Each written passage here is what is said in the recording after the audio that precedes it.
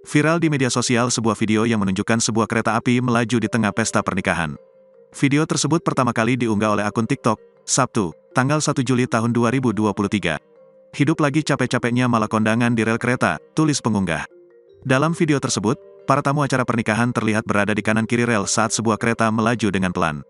Tidak hanya itu, meja dan kursi tamu juga diletakkan tepat di sebelah rel. Hingga Rabu, tanggal 5 Juli tahun 2023, video tersebut telah tayang sebanyak 2,3 juta kali, disukai 225.400 pengguna TikTok, dan mendapatkan 5.405 komentar. Dila, pemilik akun TikTok menjelaskan bahwa acara pernikahan yang ia hadiri tersebut berlangsung pada Jumat, tanggal 30 Juni tahun 2023, dan lokasinya di Dupak Timur, Surabaya, Jawa Timur. Dia juga mengatakan, meskipun jarak tamu dan kereta sangat dekat, ia mengaku situasi di sana tetap aman. Bahkan, warga sekitar tampak biasa saja mengalami kejadian tersebut. Menurut Dila, warga di lokasi tersebut sudah biasa dengan situasi kereta melewati permukiman tersebut.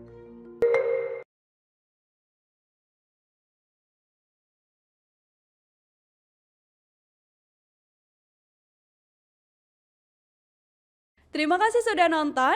Jangan lupa like, subscribe, dan share ya.